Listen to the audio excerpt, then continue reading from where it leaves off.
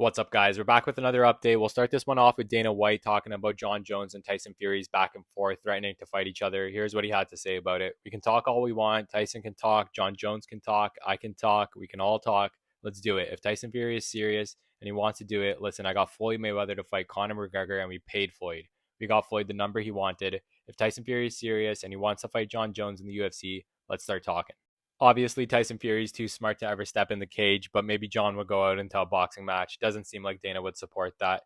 He also made some news with this headline over here saying that he's working with Adam Sandler on a comedy. It's going to be about working in the offices of the UFC, so kind of like the corporate side of it, and it's going to be a comedy. So interesting to see what the trailer will look like for that. He's also working on a documentary with Roku that's going to be like a legit behind the scenes footage of leading up to a fight and the whole process of it. So let me know if you guys think that comedy with Adam Sandler is going to be funny and this documentary with Roku sounds like it's going to be interesting. Next up, we got some more news on Dana, but it's related to the whole Francis Ngannou situation. So a couple days ago during a press conference, he trashed Francis. The main thing he said that was pretty crazy was saying that Francis is scared to fight Jon Jones.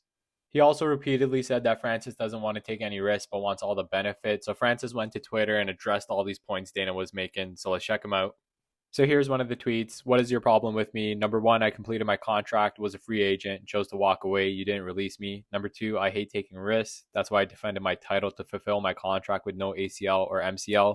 Number three, the reason I fought 3 times in 3 years is because you wanted to control my deal and sign a new one and freeze me out. I owe these guys 3 fights a year. Isn't that what you always say? What happened? I always asked for it and never said no to any fight in the 3 years.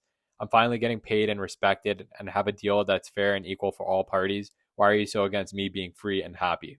And then he reposted this clip of Dana White where basically after Francis won a knockout win, Dana's basically saying that Jon Jones is scared to fight Francis and that Jon should move into a different weight class.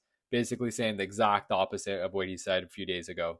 So let me know what you guys think of Francis addressing Dana White's rant here. I love seeing Francis coming out on top in this situation. It seems like the first time ever a UFC fighter is actually getting the better of Dana. Even Brendan Schaub landed a nice jab on Dana in this whole situation when he was calling Francis trying to go into boxing a gimmick. Here's what Schaub said about it. Gimmicks, I gotta light Dana up a little bit here, dude. Gimmicks, you own the slap fight league, and the numerics that you use to say it's crushing these other leagues is TikTok. You're 50 years old, dude. That's a gimmick. Francis fighting Deontay Wilder, Francis fighting Anthony Joshua is not a gimmick, because I'll tell you right now, if Francis lands that right hand on them, they're getting knocked out. That is not a gimmick. Francis can win those fights. Are the odds he lands? No, that's not a gimmick though. That's a real effing fight, dude. Don't disrespect Francis. And for our last update, we got Chimaev talking about a fight against Israel Adesanya, saying that the UFC doesn't want to set that up too early. They don't want Adesanya to lose. Let's check out the full quote. For Israel, there's nobody, only me. So if you spoke about money, if you ask the fans, they want to see me in Israel. I'm a bad matchup for him. Everyone knows he's going to lose the title. That's why they saved that guy. Who's he going to fight? There is nobody. He wins against all the strikers, and I'm a wrestler, a killer. I squeeze the heads off of my opponents. I'm the biggest name without the belt. When you fight me, it's more money, more fans. When I fight, everyone is waiting for my fight.